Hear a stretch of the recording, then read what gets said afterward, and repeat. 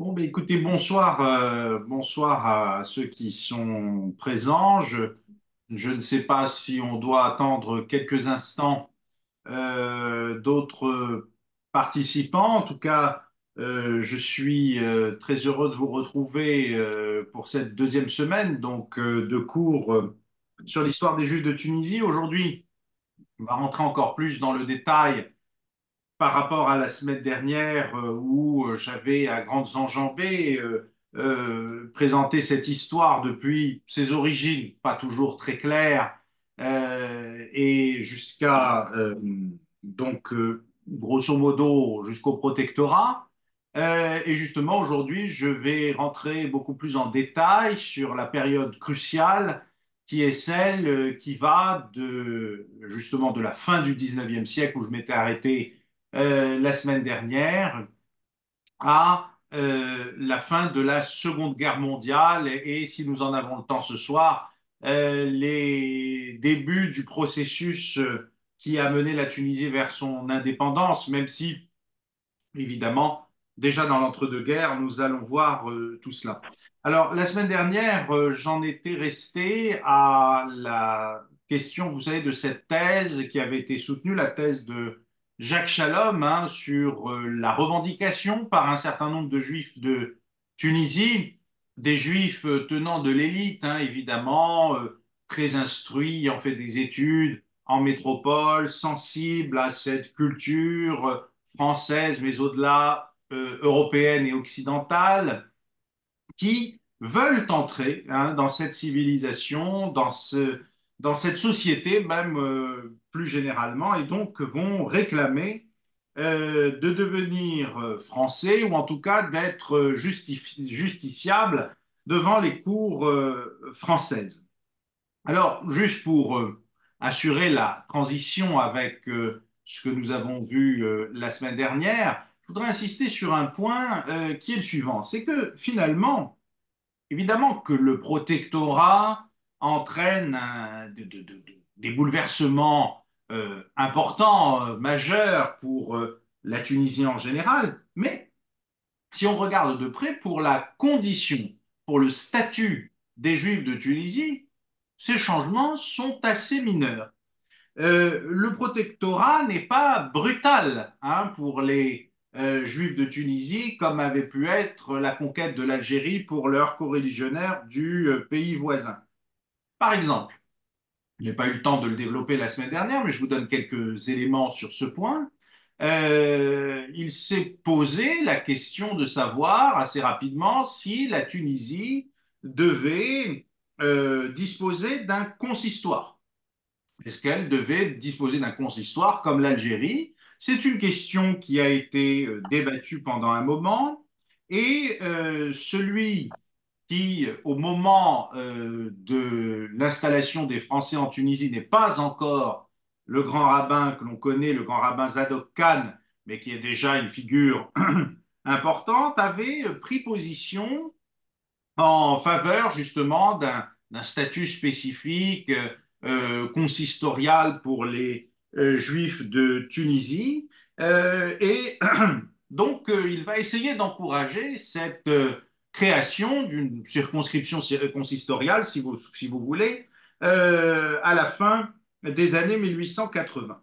Alors, il s'avère qu'un certain nombre de juifs Tunisie, juifs tunisiens, membres de l'élite, vraiment, notamment David Cazès, dont on a parlé la semaine dernière, qui est à l'époque directeur d'une école de l'Alliance universelle, veulent par exemple embrasser pleinement le modèle français.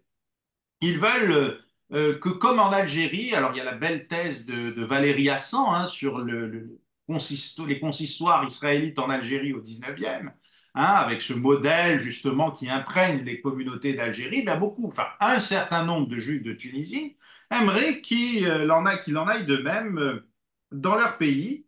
Et à un moment, certains demandent même, autour de David Cazès, mais il n'était pas le seul, n'était pas le seul, que l'ancien rabbin de Bayonne, qui était très connu à l'époque, Élie Aristide Astruc, devienne grand rabbin de Tunisie, mais Zadok Khan, dont j'ai parlé à l'instant, ne le souhaite pas parce qu'il craint une espèce de choc culturel, si vous voulez, entre le rabbinat local et l'arrivée de ce rabbin. Mais il est vrai qu'un certain nombre de postes, un certain nombre de structures importantes qui régissaient le judaïsme tunisien vont disparaître, notamment cette figure, le caïd des Juifs, n'est-ce pas, qui disparaît en 1888. Alors, la semaine dernière, j'avais une question, mais je ne sais pas si l'étudiant et l'auditeur est là parmi nous cette semaine, mais sans doute regardera-t-il la vidéo, enfin, l'enregistrement.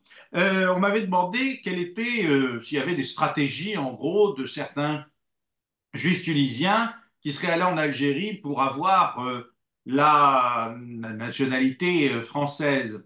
Alors, bon, sans qu'on l'on sache vraiment s'il s'agit de stratégie, il y a eu des juifs de Tunisie qui étaient présents en Algérie, qui ont pu d'ailleurs, à partir du Senatus Consul des années 1860, qui avait été pris sous le Second Empire, donc non pas en prévision, mais je dirais qu'il est un des, des- des- des lois annonciatrices de ce que deviendrait beaucoup plus largement le décret Crémieux, ils avaient pu prétendre à la nationalité française. Mais vous savez très bien que bon, le décret Crémieux a été imposé et que quelques années avant encore, il ne faisait pas l'unanimité parmi les Juifs d'Algérie, notamment du côté des rabbins qui voyaient là un risque déjà de perte des repères traditionnels, de perte d'un certain poids pour eux par rapport à la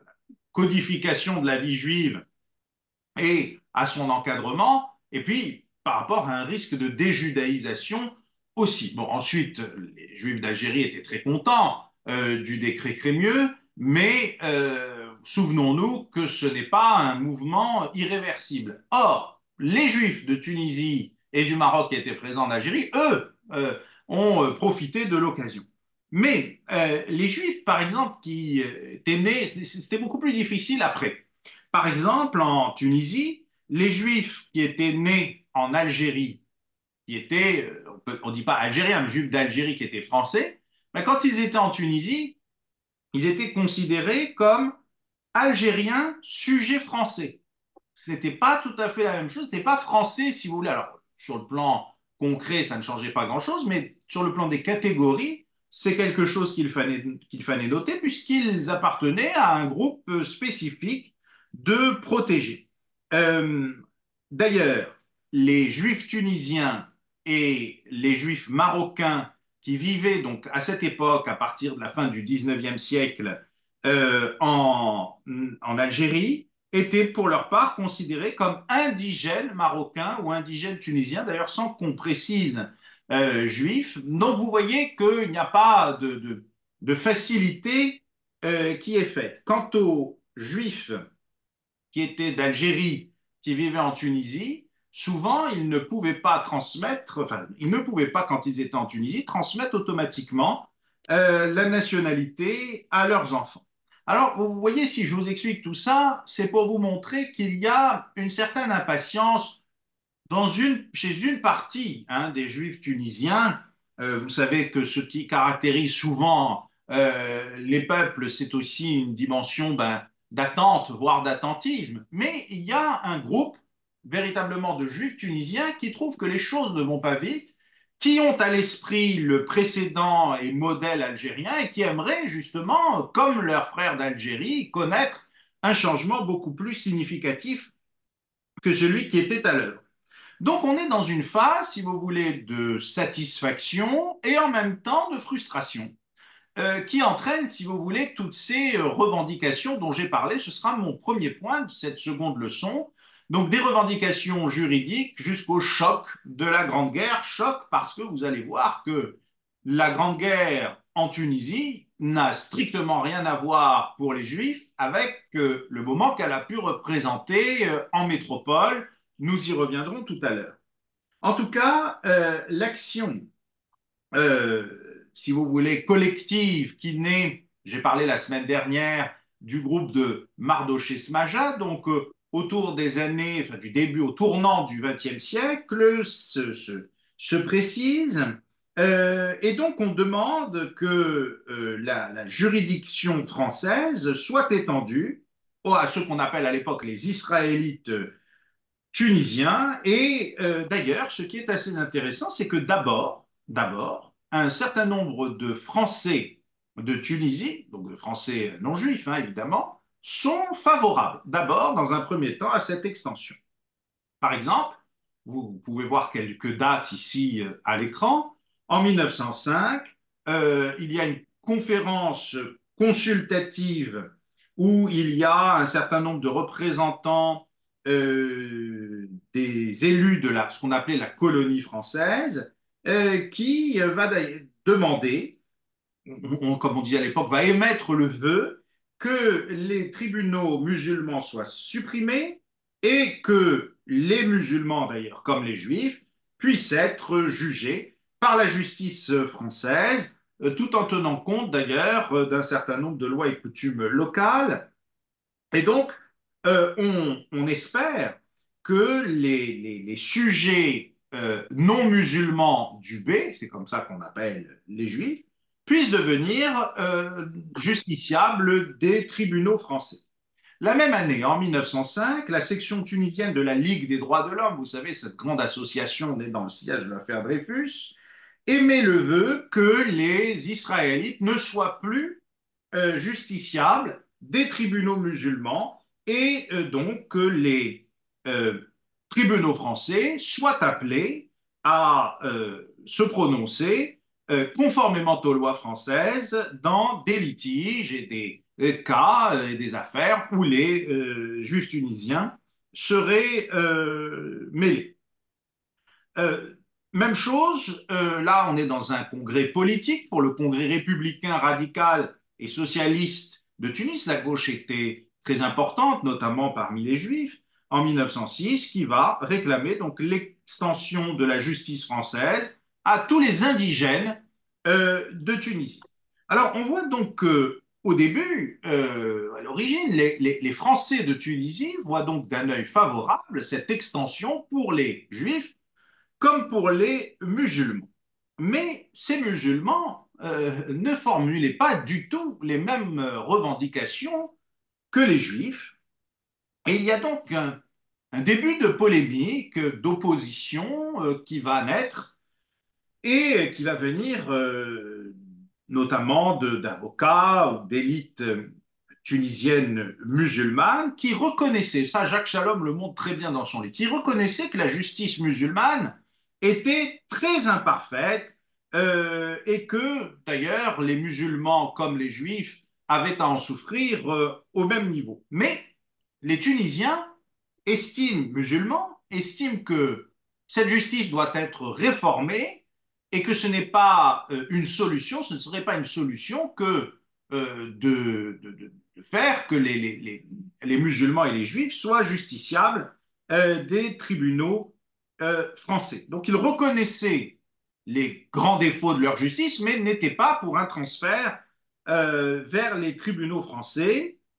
Et d'ailleurs, ils invitaient les élites juives tunisiennes à s'associer à eux pour justement réfléchir à ce travail de réforme et donc à faire en sorte que la justice tunisienne change.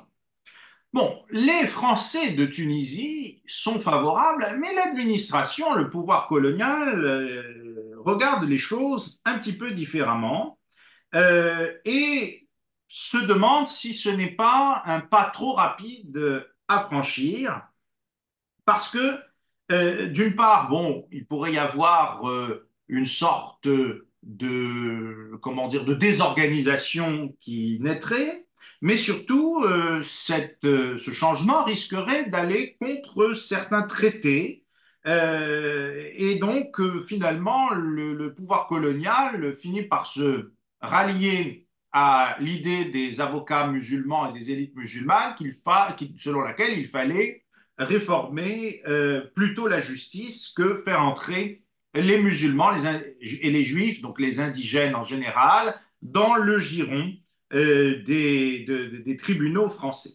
Alors tout ça entraîne des débats.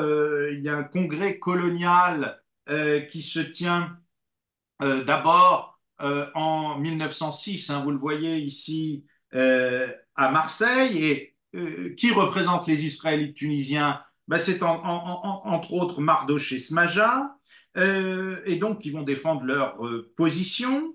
Et là, il semble que l'administration coloniale se ferme et donc se rallie à l'idée d'une amélioration du fonctionnement des juridictions tunisiennes.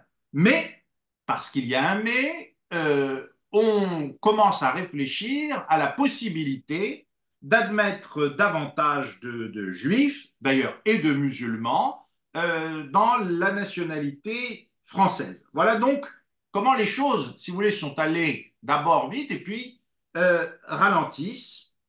Et Mardoché Smaja et les siens ne faiblissent pas, ils réclament toujours, ils lancent même une campagne, et il y a donc une opposition par presse interposée, par congrès interposé, par réunion interposée, entre les élites juives et les élites musulmanes sur cette question. Et du côté du musulman, il y a le célèbre à l'époque avocat Guelati qui écrit un rapport sur justement la situation et qui va défendre, si vous voulez, la position tunisienne en disant que les traités, notamment le traité du Bardo, faisaient que le bey de Tunis avait, si vous voulez, un droit de juridiction sur l'ensemble de ces sujets et que donc on ne pouvait pas retirer une partie de ces sujets, en l'occurrence les juifs, à sa juridiction, ce qui aurait été d'une part un affaiblissement de sa souveraineté et d'autre part une grande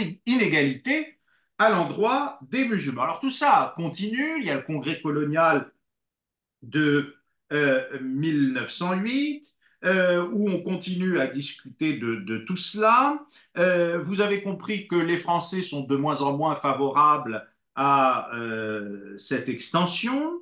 Mais ce qui est intéressant, c'est que beaucoup de Français, beaucoup de congressistes qui sont présents, font le reproche à Mardoché Smaja de ne pas être représentatif. On lui reproche de ne pas, si vous voulez, de parler au nom d'une petite élite francisée, occidentalisée, un peu aveuglée par son amour de la France et donc délaissant ses origines et ses racines tunisiennes.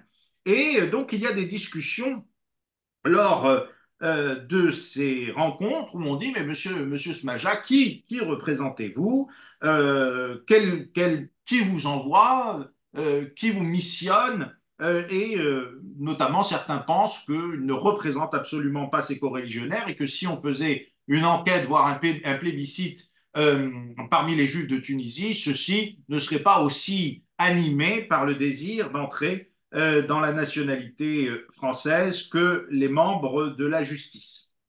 Alors ensuite, il y a des rencontres, notamment le meeting à l'hippodrome de Tunis, qui est organisé par le journal La Justice. Il y avait plusieurs milliers de personnes, d'ailleurs tout le monde n'a pas pu rentrer, 2000 personnes sont restées à l'extérieur et donc vont continuer à montrer, si vous voulez, cet attachement euh, à la France. En tout cas, ce qui est certain, c'est que les juifs tunisiens, en l'occurrence le groupe de la justice, n'ont pas obtenu gain de cause et sont restés justiciables des juridictions tunisiennes. Mais il y a eu un décret présidentiel en 1910 qui justement va alléger les choses. Donc vous voyez, ils n'ont pas tout gagné, mais ils ont quand même remporté une victoire qui symboliquement est importante, mais qui, vous le verrez dans les faits, est assez modeste.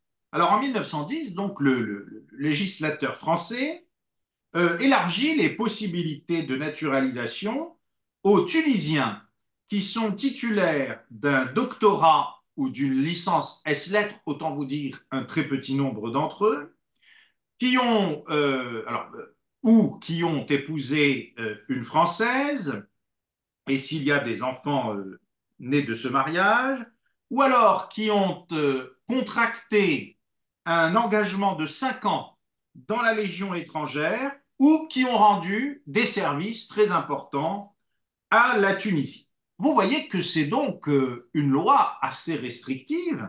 Certes, c'est mieux que ce qui existait auparavant, qui est très proche de rien, mais en tout cas, ce n'est pas du tout l'ouverture dont rêvait Mardoché Smaja et ses amis qui vont combattre le caractère élitiste de cette loi. Vous avez compris que pour beaucoup, bah, la seule possibilité de devenir français, c'était de s'engager dans la Légion étrangère et très peu l'ont fait. Donc vous voyez qu'il y a de la part de l'État colonial le souci de montrer une espèce de générosité qui en réalité n'en était pas une. Les juifs tunisiens qui préparaient des doctorats et des licences S-lettres, ben, elle leur est souvent d'ailleurs fermée parce que c'est une voie qui leur est fermée parce qu'ils sont tunisiens, donc c'est une espèce de cercle vicieux. Mais par contre, il y avait un groupe assez important qui pouvait prétendre à ça, c'était ceux qui étaient licenciés en droit et donc parce que pour devenir avocat, la nationalité française n'était pas exigée. Donc finalement, euh, on, on, a là un groupe qui peut prétendre donc devenir français, mais regardez bien, le législateur va exclure la licence en droit des diplômes qui permettent la naturalisation. Donc il n'y a pas d'automatisme. Par contre, pour ceux qui avaient leur doctorat, il n'y avait pas de problème du coup pour accéder, enfin pas de problème, ils pouvaient prétendre accéder à la nationalité française. Donc vous voyez que il y a là un double, je dirais, une double observation à mener.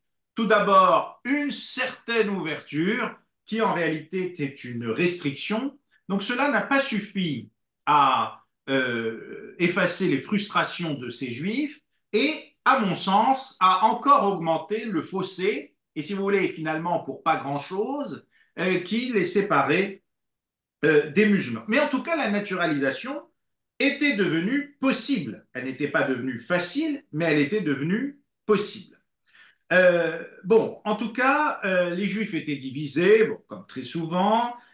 Certains disaient que c'était finalement c'était suffisant et qu'il y avait là une forme de générosité. D'autres étaient plus radicaux. Mais ce qui est certain, c'est que dans les faits, hein, si on va au-delà des discours, au-delà des représentations, ben, il faut bien voir que il y a quand même très peu d'effets qui suivent cette loi puisque on estime que en 4 ans, donc de 1910 à 1914, seuls 93 juifs tunisiens ont pu devenir français. Aussi s'agissait-il d'une réforme élitiste. Alors, pour vous faire comprendre l'état d'esprit, lisons cette pétition adressée donc au Sénat et à la Chambre de Mardoché Smaja en ma qualité d'Israélite tunisien. Vous savez très bien que ce terme d'Israélite n'est pas anodin. En ma qualité d'Israélite tunisien, j'ai l'honneur de signaler à votre haute attention une situation digne d'intérêt. Les Israélites tunisiens se trouvent dans la Régence dans une situation fort injuste. Ils ne jouissent d'aucune protection légale. Ils sont tour à tour considérés comme des étrangers ou comme des Tunisiens. De cette façon, ils ne jouissent d'aucun des avantages de ces catégories d'habitants tout en assumant leurs charges.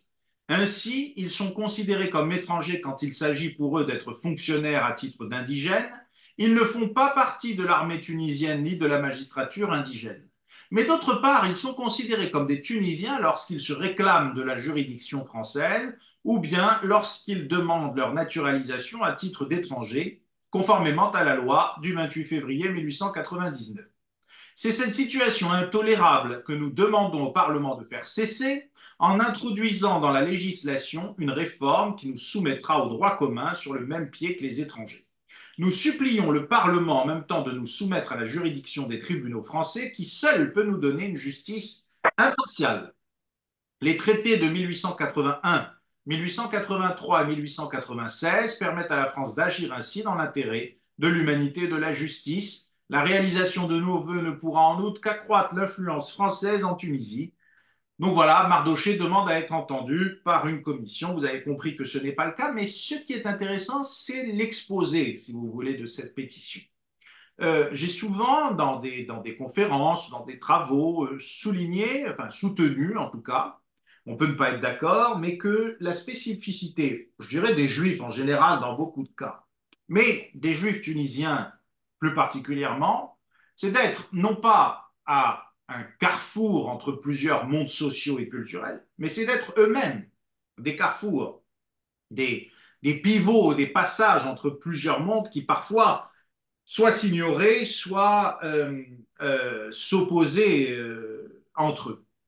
Or, il ne faut pas oublier que ces juifs ont été des carrefours, oui, mais ils ont aussi été, si je ne veux pas dire écartelés, mais en tout cas tiraillés entre aussi plusieurs impossibilités qui leur étaient opposées. Là, on voit bien qu'ils ne sont ni complètement ceci, ni complètement cela. Alors, ma thèse, peut-être est-elle un peu naïve ou en tout cas optimiste, c'est que à cette époque, ils ne sont ni l'un ni l'autre, enfin, discuter bien sûr, et qu'après, nous verrons, ils deviennent et l'un et l'autre. Mais ça, je le développerai un petit peu plus tard. En tout cas, nous avons ici donc une communauté qui, vous l'avez vu, se démène pour changer de statut et je dirais même changer de condition. Attention tout de même, tous les juifs de Tunisie n'étaient pas favorables à cette naturalisation. Finalement, l'accusation qui a été lancée à Mardoché Smaja de ne pas représenter tous les juifs n'était pas complètement infondée. Bon, d'abord, il y avait les Livournais, les juifs italiens, très patriotes pour ceux qui avaient, on en a parlé la semaine dernière, conservé leur nationalité italienne. Ils ont leurs propres écoles, ils ont leur propre réseau culturel, notamment avec des associations comme la Dante Alighieri. Ils sont très attachés à l'italianité. Ils ont leur journal L'Unione où il y a beaucoup de juifs qui écrivent. Vous allez voir que sous le fascisme, ces choses se gâtent. J'en parlerai dans quelques minutes.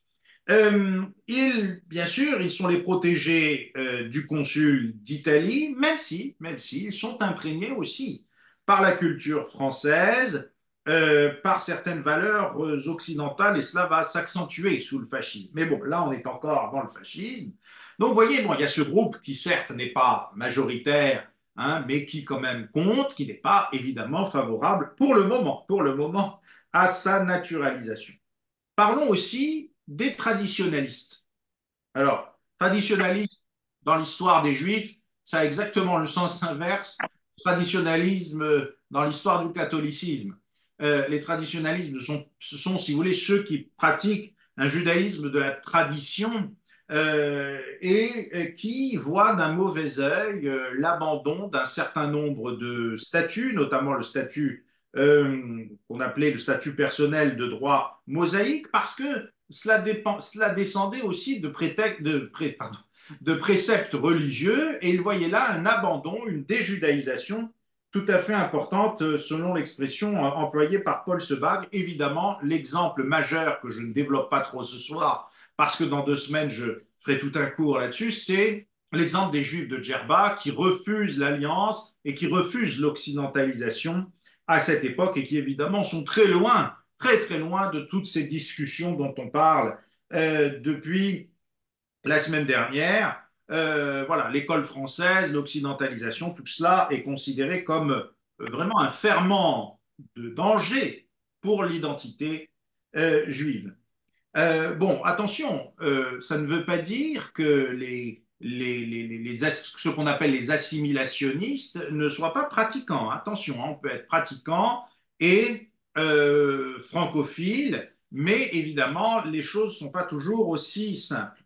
Dernier élément dont je parlerai un petit peu plus tard, on est à cette époque au tout début du sionisme. Le sionisme en Tunisie est encore réduit, j'en parlerai tout à l'heure parce qu'il prend une importance tout à fait importante dans l'entre-deux-guerres, mais il y a déjà au tout début du XXe siècle des associations, des organisations sionistes, pas seulement à Tunis, à Sfax, à Nablus, à Sousse, même à Djerba. Et donc, eux, les sionistes, s'opposent à ce modèle français qui est incarné par alliance israélite qui, jusqu'à la Seconde Guerre mondiale, est antisioniste. Alors évidemment, pas dans le sens que le mot a aujourd'hui, mais en tout cas est hostile au sionisme parce qu'elle défend la France. Et vous savez qu'un certain nombre de juifs français ont vu le sionisme d'un œil extrêmement méfiant parce que, d'une part, ils craignaient qu'on les accuse de double allégeance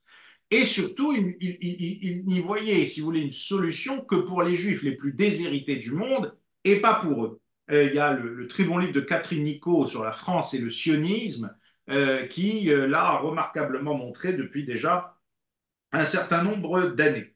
Donc, euh, si vous voulez, les sionistes, eux, ne sont pas favorables à cet élan de naturalisation que l'on peut observer. Alors, on est donc dans cette phase, vous l'avez compris, de bouillonnement, de changement et de premier frottement aussi avec l'autorité coloniale qui a parfois voulu se mêler du culte juif et il y a eu des moments extrêmement difficiles, notamment en 1886, je reviens légèrement en arrière, en 1886, il y a eu un décret qui prévoyait, alors la question, vous savez, du rapport à la mort et aux morts est quelque chose de toujours très révélateur d'un rapport, un espace, à une identité. Vous verrez d'ailleurs que là, il y a la question donc de, si vous voulez, des enterrements qui va causer une opposition importante entre les juifs tunisiens et l'autorité coloniale. Et vous verrez que dans les années d'après-guerre, dans les années 50, il y a aussi la question des cimetières et là qui va se poser avec la Tunisie indépendante, qui aussi révélera un certain nombre de choses. J'en parlerai la semaine prochaine. En tout cas, en 1886, on impose que le transport pardon, des corps et l'inhumation devait désormais être assurée par une entreprise privée.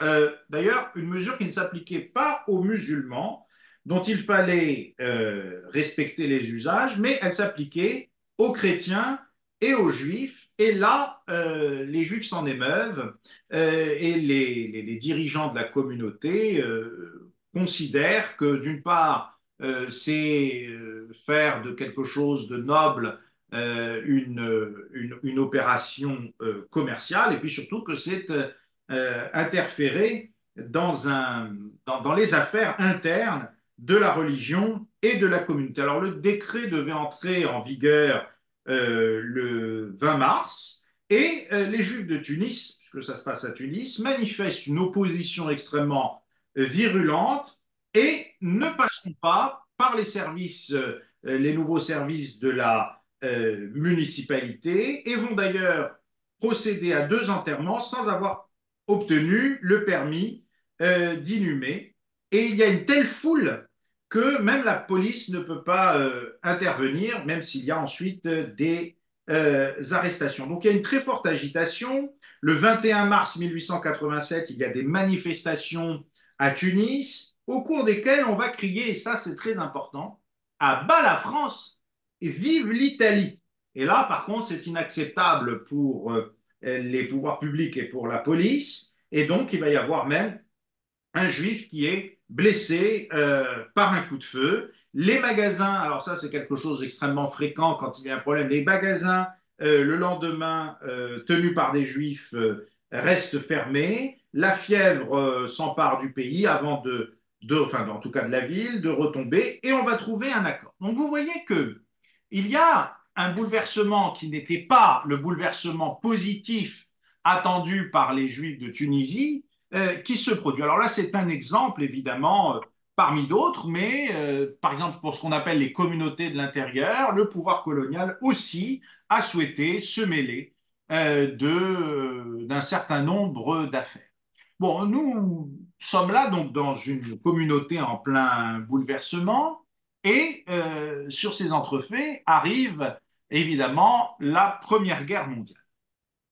Vous avez compris qu'à la veille de la guerre, donc dans ces années 1910, c'est une communauté donc qui évolue, qui est une communauté plurielle, qui progresse notamment dans la voie de la scolarisation. Il y a près de 9000, un peu moins 8700 enfants qui sont scolarisés en 1914. À cette époque, on est à peu près à 65 000 juifs hein, en Tunisie.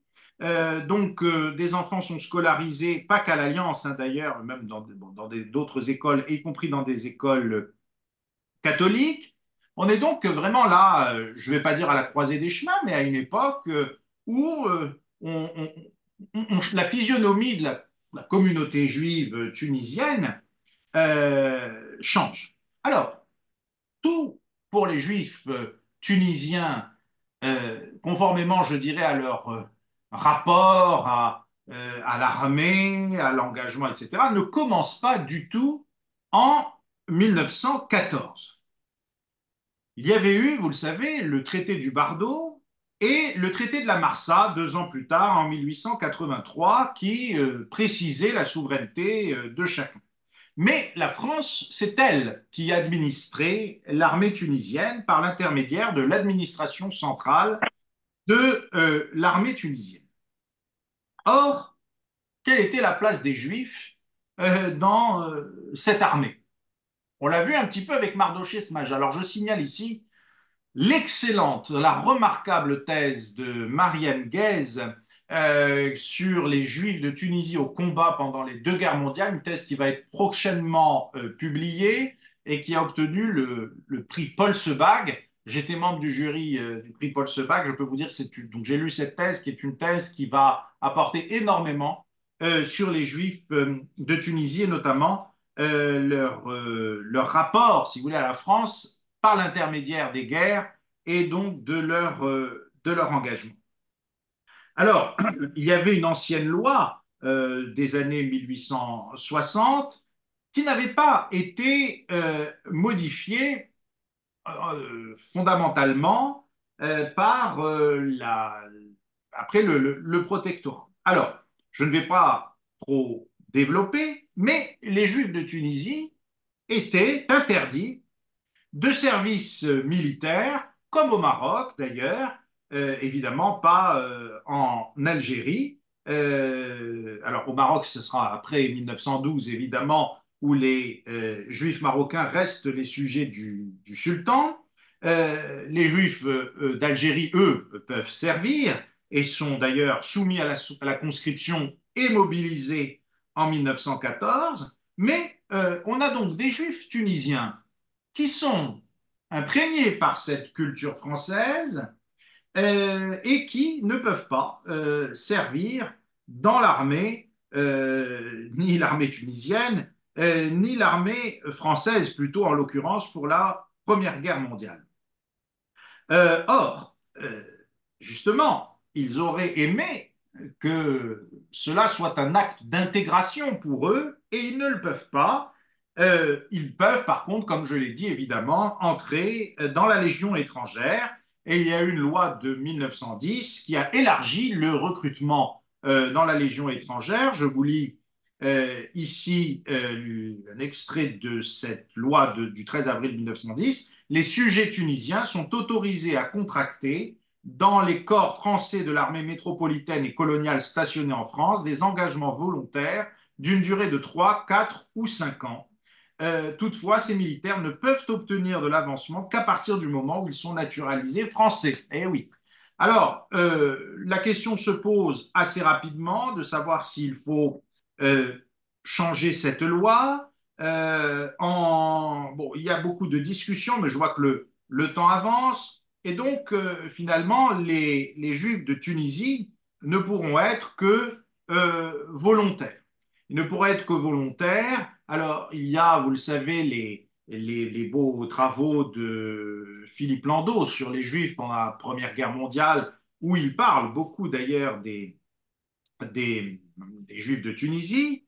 Bon, il ne faut pas non plus surévalué l'effet qu'a pu avoir le déclenchement de la guerre immédiatement en 14 sur les Juifs de Tunisie. Ce n'est qu'après que toutes ces choses commencent à, j'allais dire, les émouvoir, mais une fois de plus, si j'ose dire, dès le début de la guerre, dès le début de la mobilisation, les Juifs de Tunisie, c'est pour ça que je disais qu'il n'y a rien à voir, pas rien à voir, c'est quand même très différent de ce qui se passe pour les Juifs de métropole. Les Juifs de Tunisie sont attaqués par une vague d'antisémitisme qui ne va pas faiblir de sitôt et sont attaqués par un certain nombre de journaux qui les accusent de ne pas faire leur devoir euh, et donc de ne pas, si vous voulez, manifester de patriotisme particulier, alors même, nous le savons, que rien n'a été fait pour faciliter leur entrée. Alors il y a des journaux, le journal de Tunis, l'Homme enchaîné, qui régulièrement donc considèrent les Juifs, hein, toujours cette vieille image comme fuyant le combat. Alors les Juifs réagissent par l'intermédiaire d'un certain nombre d'avocats, mais les choses vont finir par se gâter, par dégénérer, et là, on va avoir vraiment des heurts, alors même que les rabbins, que les dignitaires religieux prononcent des discours empreints d'un très grand patriotisme, notamment c'est le grand discours à Tunis lors de la journée de Yom Kippour 1915 par le rabbin Eliaou Zera, qui invite les Juifs à prier pour les succès de la République, pour le succès de la République et des armées de la France. Mais, bon, en tout cas, il y a un élément de comparaison sur lequel je reviendrai pour le nazisme tout à l'heure. On va comparer les Allemands à Amman, à Amalek, etc., pour, si vous voulez, galvaniser un petit peu les Juifs de Tunisie. Euh, mais euh, cela ne suffit pas. Vous savez très bien que désarmer les antisémites est une chose extrêmement difficile. Et même si les Juifs tunisiens s'engagent dans un certain nombre d'actions, qu'il y en a à peu près 500 qui vont s'engager comme volontaires, plus que d'autres minorités de Tunisie en tout cas, eh bien, cela ne suffira pas. Et même si la bourgeoisie tunisienne est très fière de ses enfants juifs qui partent défendre la France, l'antisémitisme ne faiblit pas et il y a des troubles qui éclatent en 1917 lorsque des tirailleurs permissionnaires vont saccager et piller des magasins à Bizerte, à Sousse, à Tunis. Des juifs sont passés à tabac par des musulmans notamment, et il va y avoir donc des heurts extrêmement importants au point même que l'on va si vous voulez, prendre conscience de la gravité de la situation, qu'on va monter des comités de défense. On attend beaucoup des autorités coloniales sans recevoir forcément satisfaction. Et la dépêche tunisienne qui souffle toujours sur les braises, qui est un journal, va accuser les Juifs d'être responsables de ces heurts. On a même parlé de pogrom en Tunisie en 1917 et il y en aura aussi en 1918. La population va crier mort aux Juifs, il va y avoir des bagarres qui mêlent évidemment des Juifs à des Européens et à des musulmans.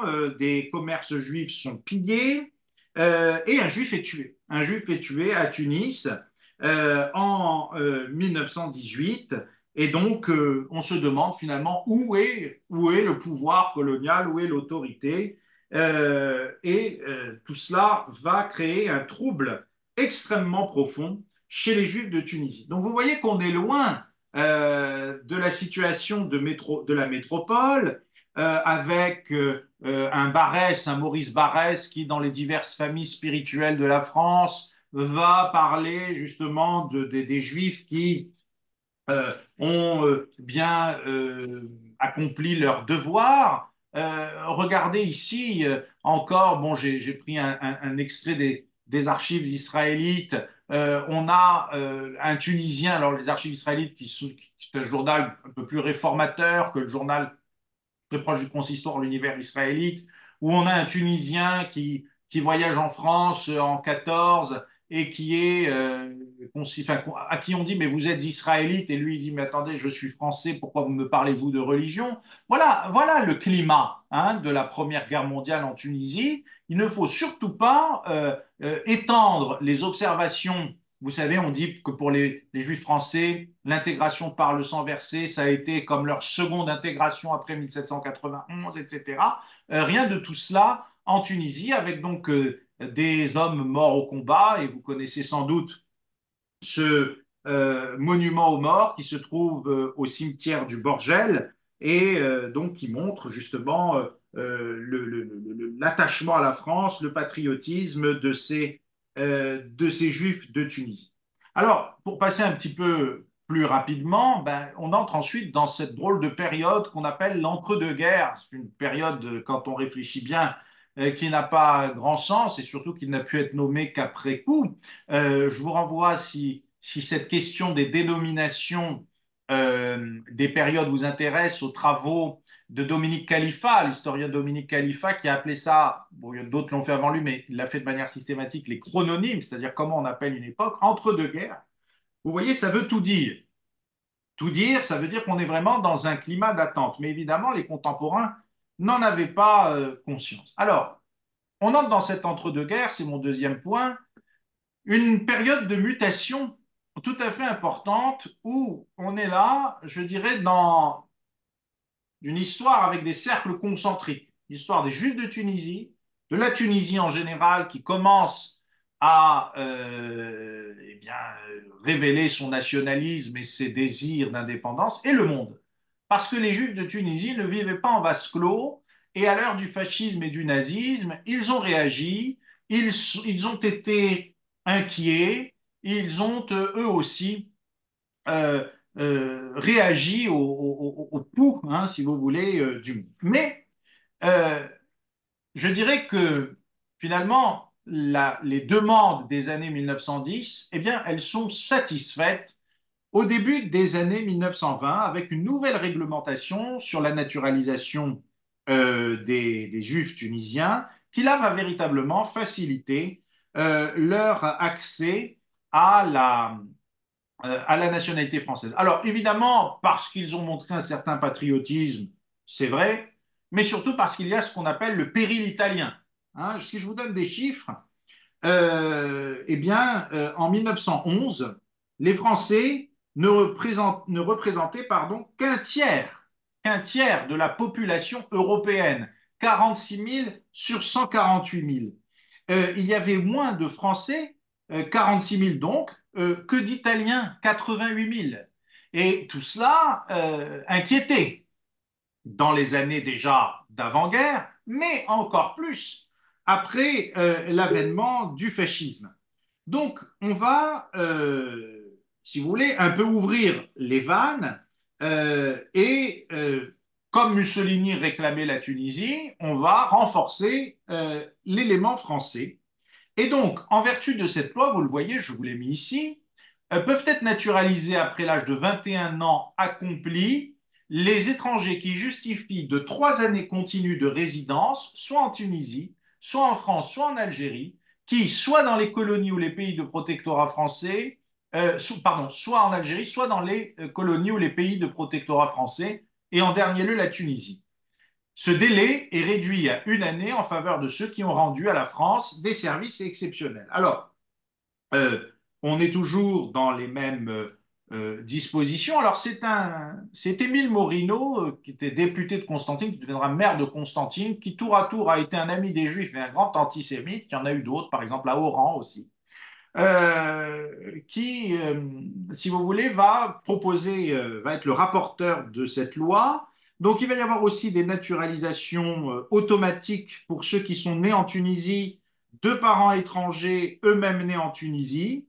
Et donc, il va y avoir, si vous voulez, beaucoup plus de juifs tunisiens qui vont pouvoir devenir français et avec donc certaines conditions qui vont faciliter toujours soit avoir accompli un engagement volontaire dans les armées de terre et de mer, soit avoir obtenu l'un des diplômes, donc baccalauréat d'études secondaires, diplôme de fin d'études, diplôme de l'école normale d'instituteur, avoir épousé soit une Française, soit une étrangère justiciable, pardon, des tribunaux français du protectorat en cas d'existence d'enfants, avoir rendu là encore des services importants ou exceptionnels.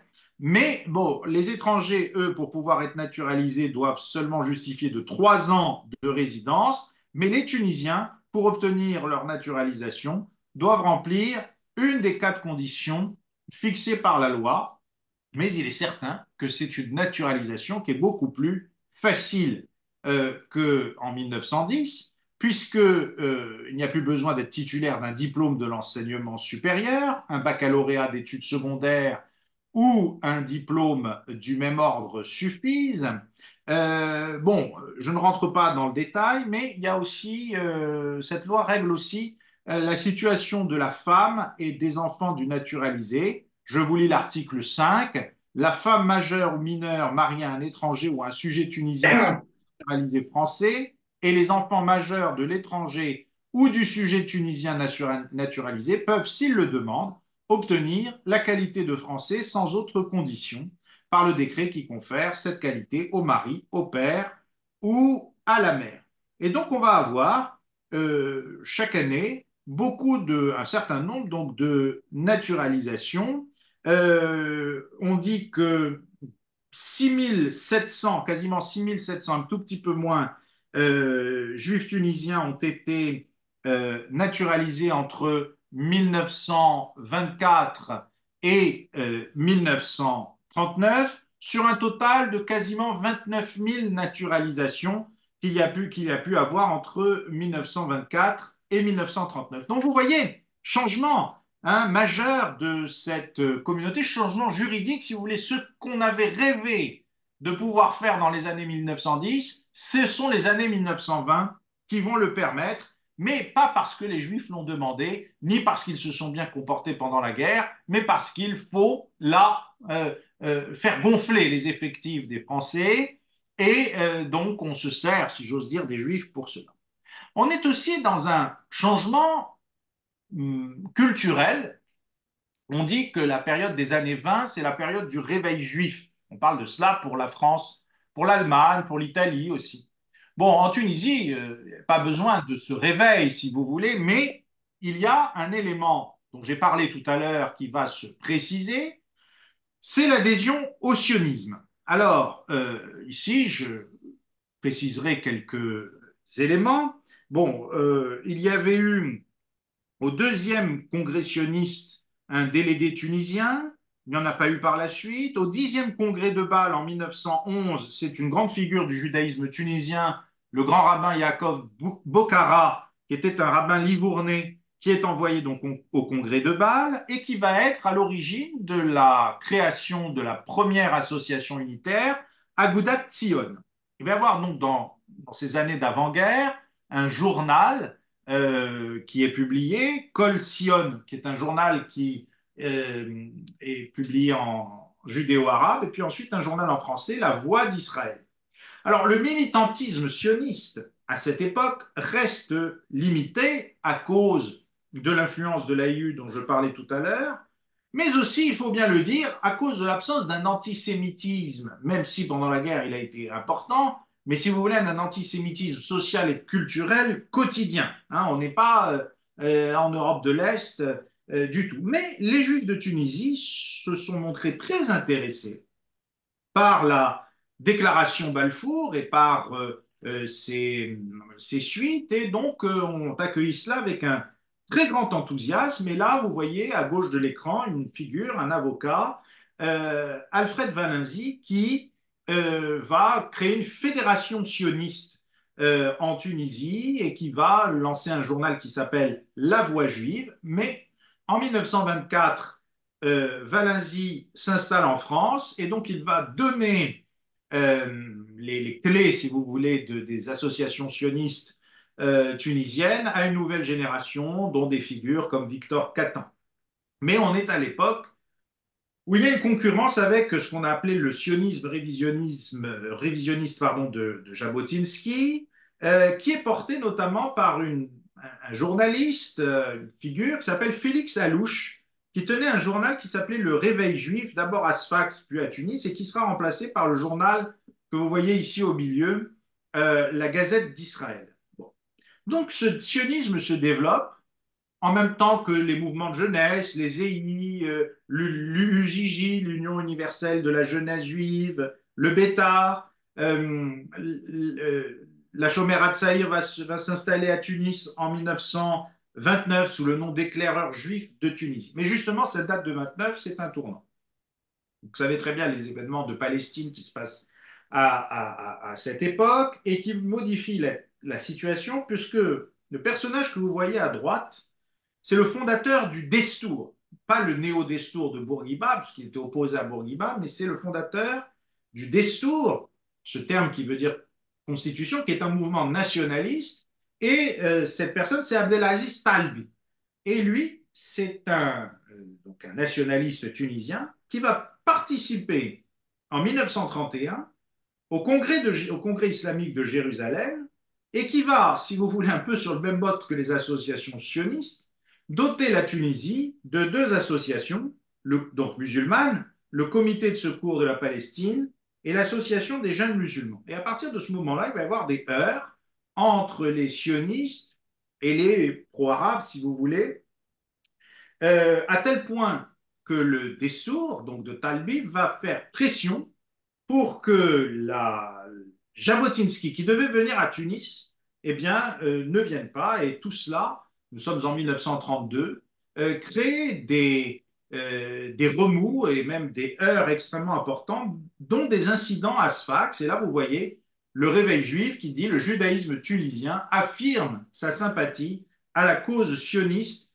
et proteste contre l'arbitraire parce qu'on avait à la fois empêché Jabotinsky, on avait aussi empêché la diffusion de films qui défendaient le sionisme.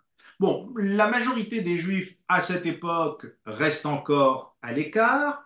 Nous sommes dans je dirais, une période où la communauté juive de Tunisie est encore ce que j'appellerais deux fois bicéphale. C'est-à-dire bicéphale entre livournais et tunisien, entre les Grana et les Twente dont j'ai parlé la semaine dernière. Mais bicéphale également socialement, où on a un grand nombre de juifs qui sont extrêmement pauvres. Bon, on a des chiffres sur les professions. Bon, je ne vais pas rentrer dans le détail. Si vous voulez les retrouver, vous les retrouvez chez Paul Sebag. Hein, c'était extrêmement important. La plupart des juifs, ça donne au commerce et aux activités de production. Une toute petite partie, et de moins en moins, travaille dans le secteur de l'agriculture. Et puis, il y a aussi des notables qui, eux, s'illustrent dans les professions libérales et qui sont, je n'ai pas le temps de développer, mais très représentés dans la franc-maçonnerie, qui est vraiment, qui regroupe un certain nombre de structures de sociabilité où on trouve beaucoup de juifs. D'ailleurs, on estime que dans certaines loges, les juifs étaient majoritaires, notamment les juifs italiens sous le fascisme, parce que le fascisme avait dissous la franc-maçonnerie. Donc on est dans une communauté bicéphale, communauté donc qui certes est unie par un rapport, je dirais un rapport au monde et un rapport au judaïsme, mais qui est aussi une communauté, il ne faut pas l'oublier, notamment à Tunis, une communauté en voie de déjudaïsation. Hein, et ce sera encore plus le cas après la guerre, mais on estime que les hommes qui lisent parfaitement l'hébreu eh bien, sont de moins en moins nombreux. L'exemple que donne Paul Sebag, c'est l'impression dans cet entre-deux-guerres de livres, vous savez, rituels de la fête de Pessah, de Haggadah, où le texte en hébreu est accompagné d'une retranscription donc en phonétique et même parfois en judéo-arabe. Ça, c'était une tradition, mais en tout cas, la méconnaissance de l'hébreu semble de plus en plus importante.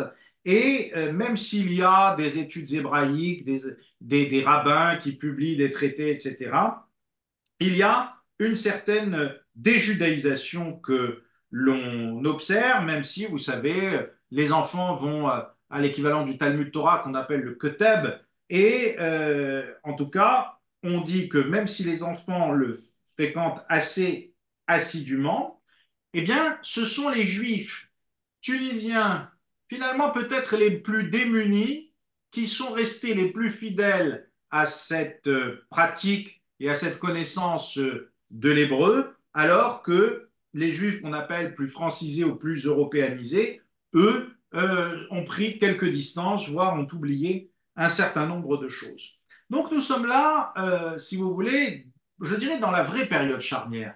Un phénomène historique comme la colonisation peut avoir des incidences juridiques immédiates, mais ces incidences sociales et culturelles prennent des décennies. Et là, je crois que nous sommes vraiment dans les effets à la fois de la présence de l'Alliance, de la présence de la France, dans cet entre-deux-guerres, qui est un moment important, où bien sûr demeurent aussi des traditions euh, tout à fait anciennes. Alors, l'exemple, là, je vous ai montré, j'ai trouvé cette illustration tout à fait intéressante, des boulangers juifs à Kérouan hein, dans les années 20, vous les voyez sur votre droite.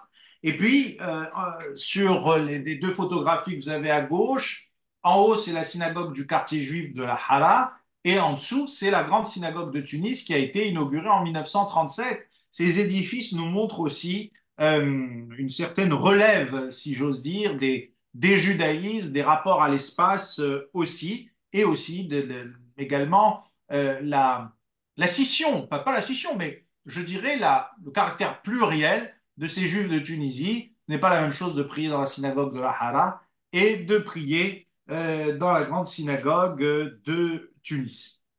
Alors nous sommes là aussi dans une période je dirais, d'effervescence culturelle avec, je parle quelques instants, je pourrais en parler beaucoup plus, mais hélas, le temps me manque. Mais vous avez aussi si vous voulez, l'équivalent de cette dichotomie entre la synagogue de la Hara et la synagogue de la grande synagogue de Tunis. Vous l'avez aussi dans la musique. À gauche, vous avez la grande diva tragiquement décédée, Habiba Msika, que beaucoup de gens connaissent sans doute, qui a été morte brûlée par son amant, qui a joué des pièces de théâtre, qui avait un côté un petit peu sulfureux, dont l'enterrement a été suivi par une foule compacte. Et puis, au milieu, vous avez un des plus grands chanteurs juifs tunisiens qui ait existé, de son vrai nom Israël Rosio, et qui est connu sous le nom de Shir La'afrit, c'est-à-dire le maître diabolique, on dit, c'est-à-dire quelqu'un qui avait, il paraît qu'il avait une voix, enfin, on peut l'entendre sur enregistrement, mais une voix tellement envoûtante que il rendait voilà, les gens fous, il les faisait rentrer en extase. Et puis, cet entre-deux-guerres, c'est aussi le lancement de la carrière de quelqu'un que tout le monde, je pense, connaît parmi nos auditeurs, Raoul Journeau, chanteur, si vous voulez, qui est à la fois dépositaire d'un héritage juif, l'héritage du piyut, des chants liturgiques, de l'héritage de la musique tunisienne, et aussi qui va introduire la musique égyptienne. Mais c'est sur ce fond-là, si j'ose dire, ce bouillonnement heureux finalement de la culture tunisienne, qu'émergent aussi le fascisme et le nazisme. Alors je voudrais un petit peu parler de leurs répercussions parmi les juifs de Tunisie. Euh, bon, je vous ai dit tout à l'heure qu'il y avait plus d'Italiens que de Français. Et même s'il y avait parmi les Juifs de Tunisie une grande admiration pour la culture italienne, pour la langue italienne, pour la mode italienne, la plupart d'entre eux étaient bien conscients que, je parle des Tunisiens, si vous voulez, que le fascisme était une chose qui risquait d'être dangereuse. Ici, je rappellerai un extrait des mémoires d'une grande figure, d'un grand notable tunisien, un juif tunisien qui s'appelait Eli Cohen Adria, qui disait dans ses souvenirs, comment imaginer que la France quittant la Tunisie, ce pays ne sombrerait pas dans l'anarchie pour devenir très vite la proie d'une autre puissance colonisatrice et plus particulièrement de l'Italie fasciste. C'est-à-dire que la menace italienne va renforcer encore plus l'adhésion à la France. Et puis, hein, aussi, vous avez donc si vous voulez, cette crainte, mais, vous le savez, il y a, et c'est en grande partie exact, une image, celle selon laquelle l'Italie fasciste, j'avais beaucoup travaillé à une époque là-dessus, l'Italie fasciste a été favorable aux Juifs pendant longtemps. C'est exact, même si ça peut être étrange, le fascisme n'est pas intrinsèquement, fascisme italien, hein, n'est pas intrinsèquement antisémite. Mussolini était même un défenseur du sionisme, admirait les juifs, peut-être parfois pour de mauvaises raisons, mais en tout cas il les admirait, malgré quelques heurts, quelques déclarations excessives. Bon, il était quand même le compagnon d'une juive de la haute bourgeoisie italienne, Margarita Sarfati, qu'il a introduit dans une certaine intelligentsia qui lui était fermée. Et donc, au début des années 30, Mussolini, je ne dis pas qu'il est admiré par les juifs, mais il n'est pas craint. Et en Tunisie, les juifs italiens, les Livournais, en tout cas une partie d'entre eux, sont attirés par non pas le fascisme comme modèle politique, mais cette Italie nouvelle. Et d'ailleurs, un certain nombre d'entre eux vont jouer un rôle important. Alors, je vous ai mis ici trois ouvrages majeurs. L'ouvrage de Marianne Matar Bonucci, Général sur l'Italie fasciste et la persécution des Juifs, qui est le grand livre. Et puis deux livres sur la Tunisie, le livre de Juliette Bessis, La Méditerranée fasciste, et le livre de Martino Pizzi, extraordinaire aussi, Les Juifs italiens de Tunisie pendant le fascisme. Euh, bon, il est exact de dire, donc vous l'avez compris, que l'Italie a soutenu les Juifs et donc passé pour un pays, comme on disait à l'époque, philosémite. Mais ça, c'était vrai en Italie. En Tunisie, les choses étaient beaucoup plus compliquées. Et je dirais, à l'extérieur, les choses étaient beaucoup plus compliquées. Et parfois, certains ont tendance à extrapoler en disant, mais le fascisme a été bon pour les Juifs, donc en Tunisie, c'était la même chose. Non, les choses sont beaucoup plus complexes en Tunisie parce qu'on est dans un contexte de concurrence avec la France et qu'il y a eu en Libye, euh, la Libye voisine, très proche de la Tunisie, et la Libye qui est une colonie italienne depuis 1911, il y a eu en 1923 des émeutes anti-juives extrêmement importantes qui ont été encouragées par les fascistes. Or, il s'avère qu'en 1926, la presse italienne, notamment l'Unione, dont je parlais tout à l'heure, où beaucoup de juifs écrivaient, la presse italienne va se lancer dans une campagne anti-juive à Tunis en disant que les juifs étaient tous des francs-maçons, des antifascistes et qu'ils luttaient donc contre l'influence italienne et qu'à ce titre, ils devaient être combattus. Alors cela perturbe énormément les juifs italiens, dont beaucoup, je vous l'ai dit, regardaient d'un œil favorable ce qui se passait en Italie, et qui étaient donc loyaux à l'égard de l'Italie. Donc vous voyez que déjà la question du fascisme commence à attirer l'œil et à inquiéter. D'ailleurs, il y avait une figure de la communauté qui était d'ailleurs président de la communauté juive livournaise, qui était même à un moment représentant du fascisme à Tunis, qui s'appelait Salvatore Calò, qui a eu voilà, une espèce de duel d'opposition extrêmement importante avec le directeur de l'Unione qui s'appelait Di Vittorio. Et là, donc au grand jour, en 1926, au moment où voilà, on est dans la fascisation de l'Italie, les Juifs de Tunisie sont pris à partie et certains disent regardez la Tunisie pour comprendre réellement ce qu'est le fascisme. Donc vous voyez que c'est toujours intéressant de partir des marges et que la Tunisie a pu être, comme la Libye un peu avant, un révélateur de la nature peut-être profonde de l'Italie fasciste, car aujourd'hui, plus aucun historien sérieux ne croit que c'est l'Allemagne nazie qui a imposé l'antisémitisme de 1938, les grandes lois antisémites de 1938 à l'Italie. Plus personne ne croit cela, hein. On montre bien aujourd'hui que l'antisémitisme est une production liée au phénomène de totalitarisation de la société italienne et que, si vous voulez, bon, on peut dire que c'est la thèse du bouc émissaire un peu revue et corrigée, mais très clairement, on voit, si vous voulez, dans les juifs, l'antithèse de ce qu'est le fascisme, finalement, alors que beaucoup d'entre eux étaient membres du parti fasciste. Alors, je terminerai, donc je continuerai la semaine prochaine, puisque je n'ai pas terminé tout ce que je voulais faire aujourd'hui, mais je continuerai en évoquant quelque chose. Alors, n'y voyez nullement un placement de produit de ma part, hein, ce n'est pas mon genre du tout, mais il s'avère que je viens d'achever un ouvrage qui va paraître dans quelques temps sur les réactions des juifs français au nazisme dans les années 30, donc avant la guerre, avant l'occupation.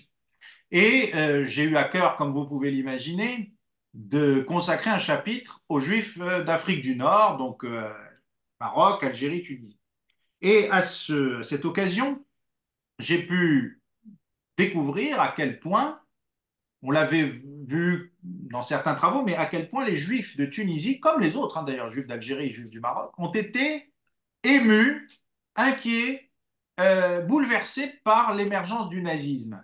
Vous voyez donc qu'ils ne sont pas éloignés des préoccupations des autres juifs. Et d'ailleurs, je vais vous lire ici, je parlais tout à l'heure de Félix Alouche, un extrait du Réveil juif de 1932.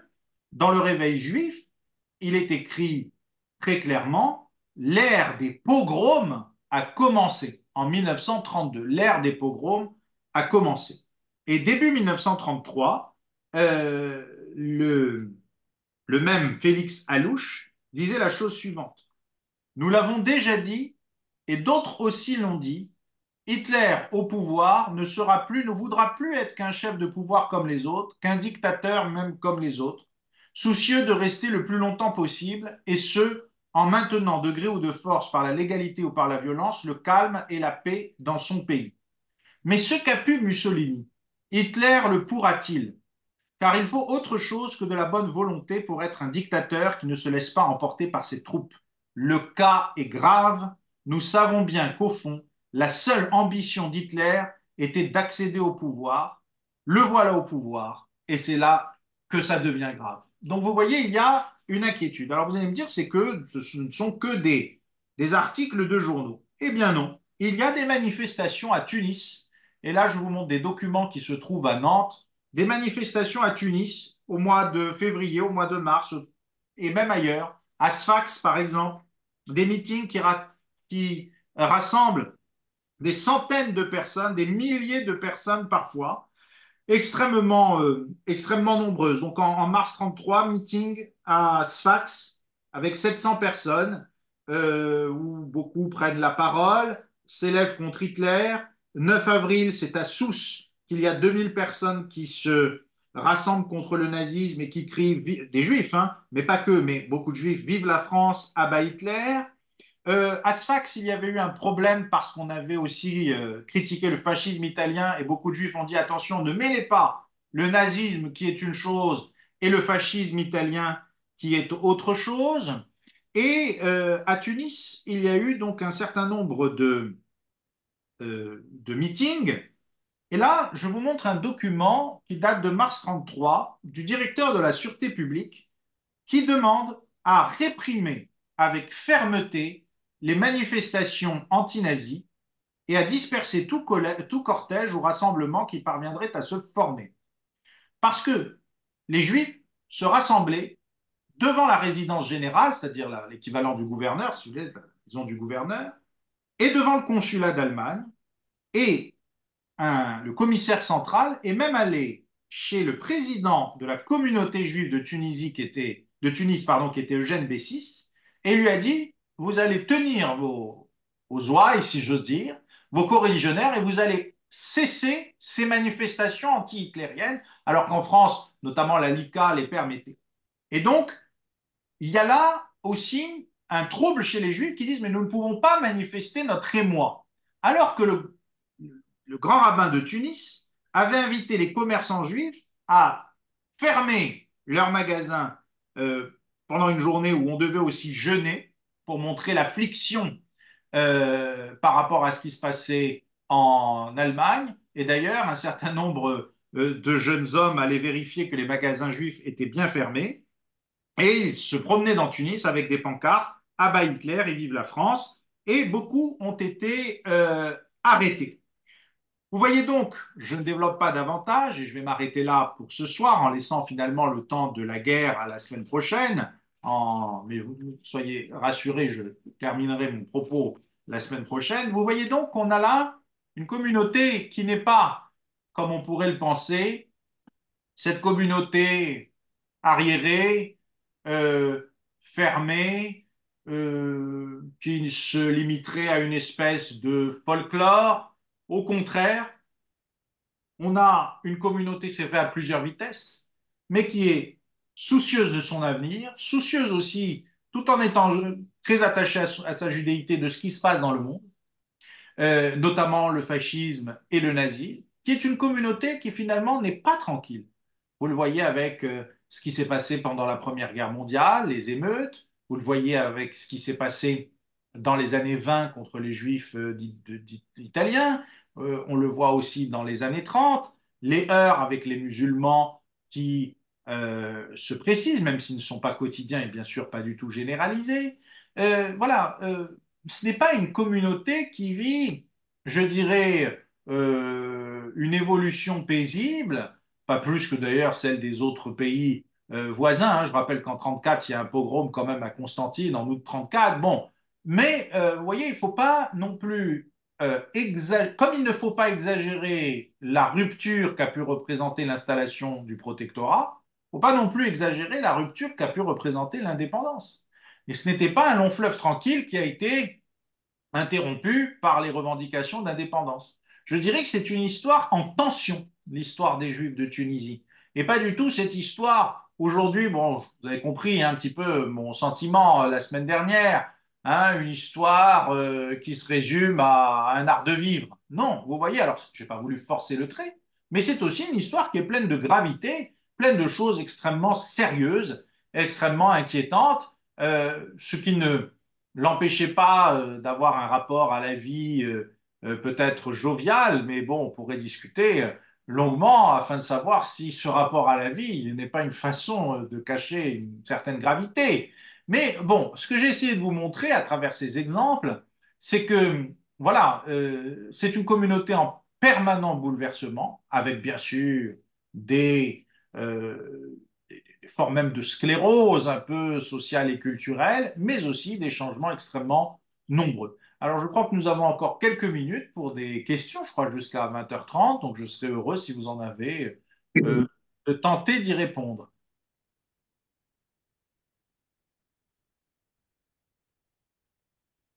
Bonsoir et merci pour votre présentation.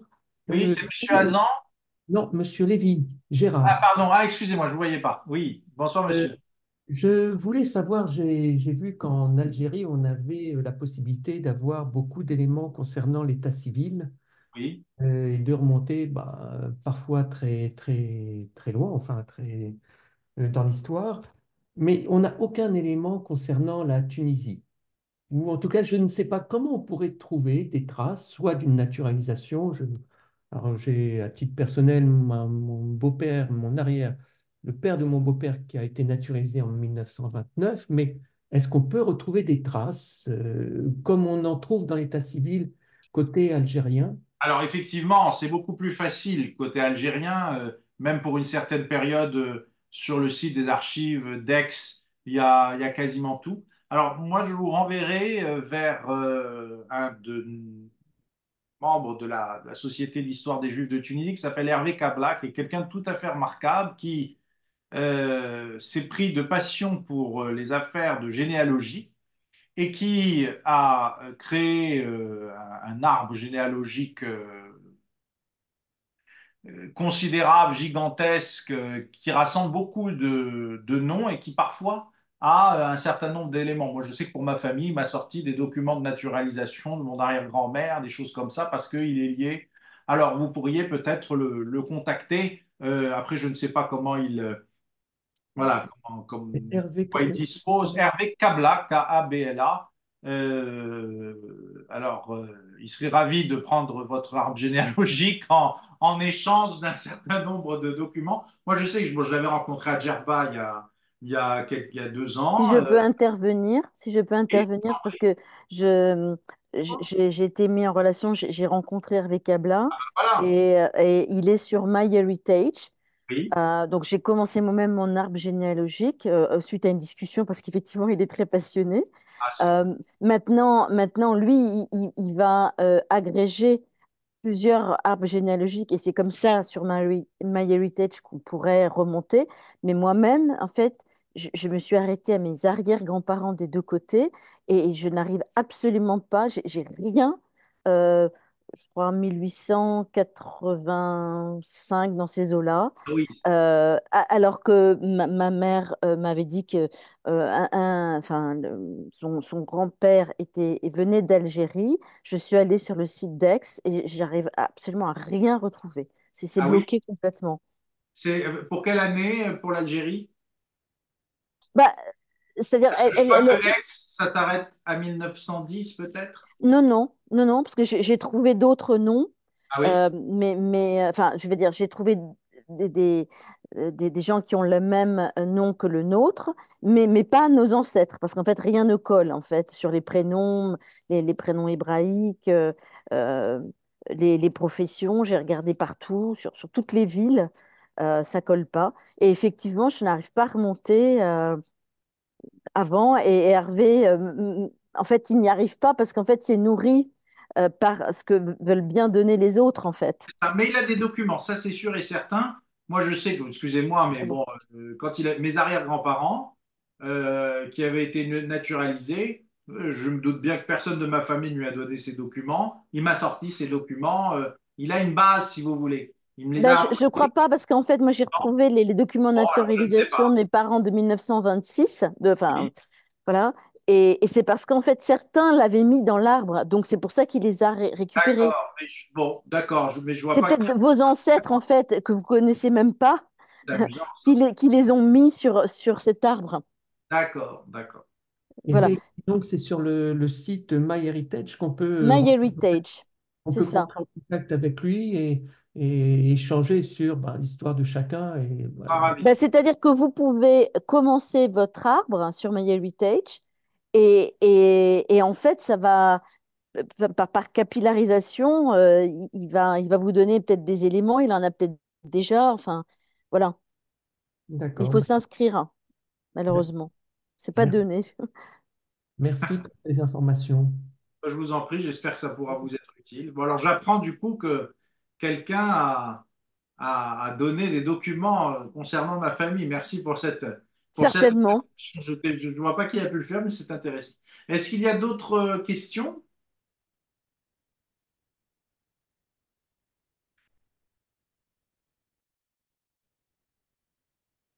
Pas d'autres questions?